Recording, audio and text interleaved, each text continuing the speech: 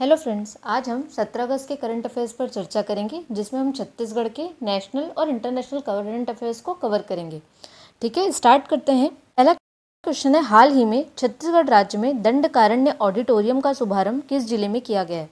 अभी हाल ही में क्या हुआ है हमारे राज्य में, नया रायपुर में। ठीक है, कौन से जिले में किया गया है, तो रायपुर में किया गया है। कहाँ पे, नया रायपुर में।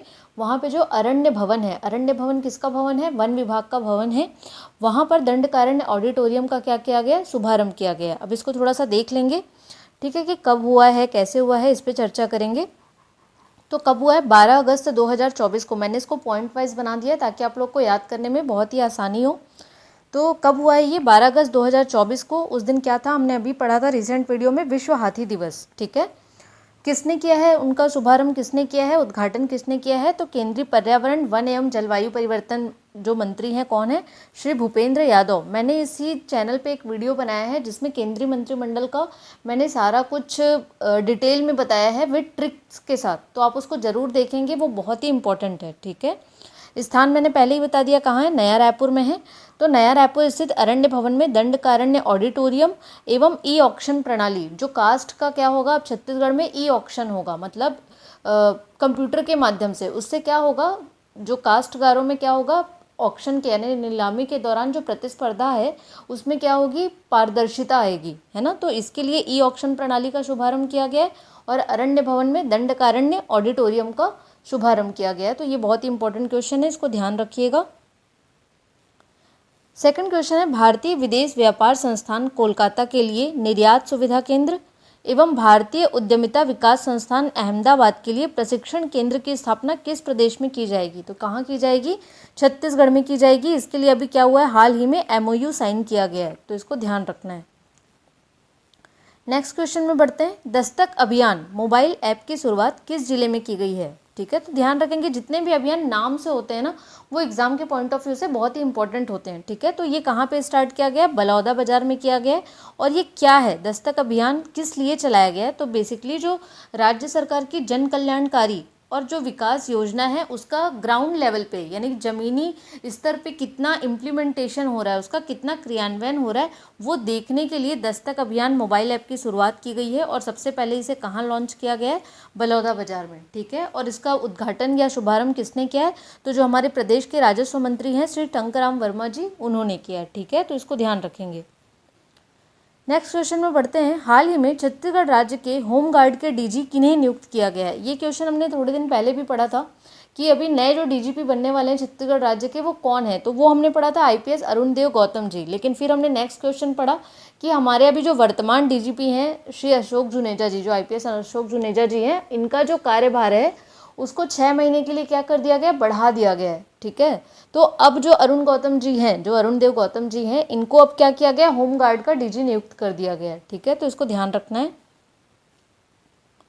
छत्तीसगढ़ की खिलाड़ी चयन कुमारी एवं रंजिता खलको का संबंध किससे है, तो किससे है इनका संबंध, वुड बॉल से है। वुड बॉल क्या होता है, बेसिकली मिनी गोल्फ होता है। ठीक है, गोल्फ जो खेलते हैं ना, तो मिनी गोल्फ जो है, ये दोनों मिनी गोल्फ प्लेयर हैं, उसी को वुड बॉल भी बोलते हैं। हाल ही में इन्होंने अभी प्रदेश के मुख्यमंत्री श्री विष्णुदेव साय जी से मुलाकात की थी, क्योंकि हाल ही में ये अंतर्राष्ट्रीय वुड बॉल प्रतियोगिता जो है इसमें खेलने जा रही हैं, जो कहाँ पे हो रहा है, दक्षिण कोरिया में हो रहा है, साउथ कोरिया में। और कब से कब होगा, तो ये 25 से 30 अगस्त होगा। ठीक है, उसी के लिए ये इनसे मिलने गई थी। ठीक है, तो इसको ध्यान रखना है। जो भी खिलाड़ी से रिलेटेड क्वेश्चंस रहते हैं ना, वो हमेशा या तो आपको मैच ऑफ द कॉलम में दे देगा या डायरेक्टली पूछ लेगा कि इस खिलाड़ी का संबंध किससे है, तो आप उसको ध्यान रखेंगे। वैसे भी मैं खिलाड़ियों के ऊपर एक अलग से सेपरेट वीडियो लाने ही वाली हूँ, तो उसमें भी आप लोग को मतलब फ़ायदा होगा, उससे आप लोग को हेल्प मिलेगी। ठीक है, नेक्स्ट क्वेश्चन करते हैं, हाल ही में घोषित राष्ट्रीय फिल्म पुरस्कारों में बेस्ट फीचर फिल्म का पुरस्कार किन्हें दिया गया है। तो इसमें कंफ्यूज नहीं होना, मुझे लगा कल के वीडियो से कहीं फिर मुझे लोग मैसेज ना करें कि मैंने उसमें बेस्ट फिल्म बताया है उसको, क्या नाम है, गुलमोहर को। तो वो कौन सी फिल्म है, बेस्ट हिंदी फिल्म है। ठीक है, इसमें 3 है कैटेगरी। ठीक है, बेस्ट हिंदी फिल्म का मिला है गुलमोहर को, जिसमें मनोज वाजपेयी जी हैं। ठीक है, बेस्ट फीचर फिल्म का मिला है अट्टम को, इसको ध्यान रखिएगा। ठीक है, और अगर सिर्फ बेस्ट फिल्म आए तो वो मिला है कांतारा को। तो ये तीनों अलग अलग हैं जिसको बहुत ध्यान से देखने की ज़रूरत है। एग्जाम में छोटे छोटे पॉइंट से आपके क्वेश्चंस गलत होने की संभावना रहती है, तो उसको ध्यान देंगे। ठीक है, यहाँ पे मैंने एक लिस्ट बता दी आपको। बेस्ट एक्टर मैंने कल भी बताया था, जो कांतारा के हीरो हैं ऋषभ शेट्टी वो हैं। बेस्ट एक्ट्रेस यानी कि जो हीरोइन है वो कौन है, नित्या मेनन और मानसी पारेख। बेस्ट फिल्म कौन सी है, कांतारा है। बेस्ट सपोर्टिंग एक्ट्रेस कौन है, नीना गुप्ता, ऊंचाई के लिए मिला है इनको, जो राजश्री प्रोडक्शन की मूवी थी जिसमें सूरज बड़जात्या ने डायरेक्शन किया था, और उसी के लिए ऊंचाई फिल्म के लिए सूरज बड़जात्या को भी क्या मिला है, बेस्ट डायरेक्टर का अवार्ड मिला है। ठीक है, तो ये भी ध्यान रखेंगे। फिर बेस्ट फीचर फिल्म मैंने आपको बता दिया, अट्टम है। बेस्ट डायरेक्टर बता दिया, सूरज बड़जात्या है। बेस्ट हिंदी फिल्म गुलमोहर बता दिया था। ठीक है, उसके बाद बेस्ट, सारे क्वेश्चंस को याद करना एकदम डिटेल में नहीं है, लेकिन जो आपको डेली हम देखते ही रहते हैं, जिनके नाम हम सुने ही हुए हैं, तो वो आपको इजीली याद हो जाएंगे, तो उनको ध्यान रखिएगा। जैसे बेस्ट जो ये होते हैं म्यूजिक डायरेक्टर, उसमें विशाल शेखर को मिला है। स्टंट कोरियोग्राफी में KGF 2 वैसे भी बहुत फेमस हुई थी मूवी उसके स्टंट के लिए। ठीक है, बेस्ट तमिल फिल्म पोनिन सेल्वियन 2 मैंने कल भी बताया था आप लोगों को।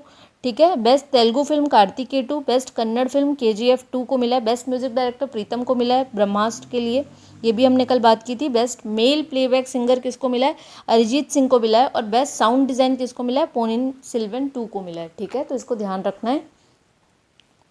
राष्ट्रीय अवार्ड से जितने नोबेल प्राइज़ हो गए, राष्ट्रीय अवार्ड हो गए, दादा साहब फाल्के पुरस्कार भी अभी दिया जाएगा, वो हो गए। तो जितने भी ऐसे साहित्यिक अवार्ड होता है, किसी कला के क्षेत्र में होता है, किसी स्पोर्ट्स के क्षेत्र में होता है, उसको बहुत ही इंपॉर्टेंट होता है हमको याद करना, तो उसको ध्यान रखेंगे। ठीक है, नेक्स्ट क्वेश्चन है, 15 अगस्त को छत्तीसगढ़ के किस पर्वतारोही ने माउंट कोजियास्को में तिरंगा लहराया है। ठीक है, तो किसने लहराया, राहुल गुप्ता ने। ठीक है, ये कौन है, छत्तीसगढ़ के प्रथम पर्वतारोही हैं। ठीक है, इनके बारे में थोड़ा सा पढ़ लेंगे। ये छत्तीसगढ़ के प्रथम पर्वतारोही हैं। ठीक है भाई, इन्होंने माउंट कोजियास्को के साथ साथ जो दुनिया की सबसे ऊंची चोटी है माउंट एवरेस्ट है ना, इसकी ऊंचाई कितनी है, 8,848। ठीक है, तो यहाँ पर भी इन्होंने चढ़ाई की हुई है। अभी ये जो चढ़ाई करने गए थे माउंट कोजियास्को में, ये पूछ सकता है कि ये कौन से मिशन का हिस्सा थे, तो ये कौन सा मिशन था, मिशन इम्पॉसिबल, ये दिल्ली का था। ठीक है, उसमें ये शामिल थे, और उनके साथ यहाँ पे 11 पर्वतारोही और थे। इन्होंने ऑस्ट्रेलिया के सबसे हाईएस्ट यानी कि सबसे ऊंची चोटी माउंट कोजियास्को में तिरंगा लहराया 15 अगस्त को। वो कितनी हाइट है उसकी, 7,310 हाइट है। ठीक है, और ये क्या है, ऑस्ट्रेलिया की तो सबसे ऊंची है, और पूरे दुनिया की 7वें नंबर की सबसे ऊंची चोटी है। ठीक है, तो इसको ध्यान रखना है। पैरा ओलंपिक खेल 2024 का आयोजन कब से कब किया जाएगा। मैंने जब आपको पेरिस ओलंपिक पढ़ाया था, तो उस टाइम बताया था कि पैरा ओलंपिक गेम्स जो है उसका भी जो उद्घाटन होता है या उसका जो स्टार्ट होता है वो ओलंपिक गेम्स के कुछ समय बाद ही होता है ना। तो 11 अगस्त को ओलंपिक खत्म हुआ है, तो 28 अगस्त से पैरा ओलंपिक स्टार्ट हो रहा है, 28 अगस्त से 8 सितंबर। तो ध्यान रखेंगे पेरिस में ही होगा। ठीक है, इसके लिए जो भारत ने जो टीम भेजी है, ठीक है, अब हमारी भारत की पैरा ओलंपिक टीम जा रही है। ठीक है, पैरा ओलंपिक टीम जा रही है, तो वो कितने लोग जा रहे हैं, कितने सदस्यीय टीम गई हुई है, तो 84। ठीक है, 84 लोगों का दल है, और ये अब तक का सबसे बड़ा दल जो है वो पैरा ओलंपिक गेम्स में जा रहा है। जिसमें क्या है, मैं इसको अभी आपको डिटेल में बता देती हूँ। इसमें टोटल 38 एथलीट हैं और 35 महिलाएं हैं, जिसमें कुल इन लोगों ने मिलके 12 खेलों में हिस्सा लिया है। ठीक है, जबकि हम देखे थे पेरिस ओलंपिक मैंने आपको पढ़ाया था, उसमें उन लोगों ने टोटल 16 खेलों में हिस्सा लिया था। ठीक है, तो इसको ध्यान रखेंगे, और ये लोगों ने 12 खेलों में लिया है।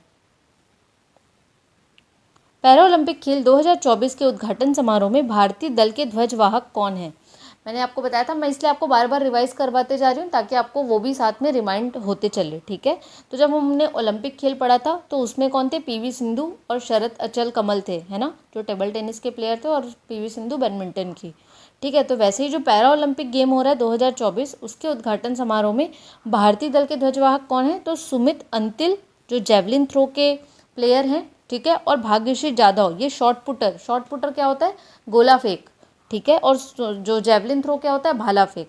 तो सुमित अंतिल क्या है, जेवलिन थ्रो के प्लेयर हैं, बहुत ही बड़े प्लेयर हैं। इन्होंने टोक्यो ओलंपिक में गोल्ड मेडल लाया है। ठीक है, जो इससे पहले हुआ था उसमें इन्होंने गोल्ड मेडल लाया है टोक्यो पैरा ओलंपिक में। और भाग्यश्री जाधव गोला फेंक में है। ठीक है, ये दोनों इनके क्या होंगे, उद्घाटन समारोह के ध्वजवाहक होंगे। ठीक है, ये आपको पिक्चर में दिख रहे हैं ये दोनों। नेक्स्ट क्वेश्चन है, हाल ही में चर्चित एम्पिल, ये एम्पिल ऐसे लिखा गया है, ये एम्पिल ऐसा होगा। एम्पिल तूफान जो है ये कौन से देश को हानि खतरा बना हुआ है, किस देश को खतरा या हानि पहुंचा रहा है, तो वो कौन है? जापान। ठीक है, अभी ये हाल ही में चर्चा में बना हुआ है जापान का, ये बहुत ही ज़्यादा क्षति करने वाला तूफान है। तो आप ऐसे जो भी डिज़ास्टर हैं, जो नेचुरल डिज़ास्टर हैं, उनको भी ध्यान रखेंगे।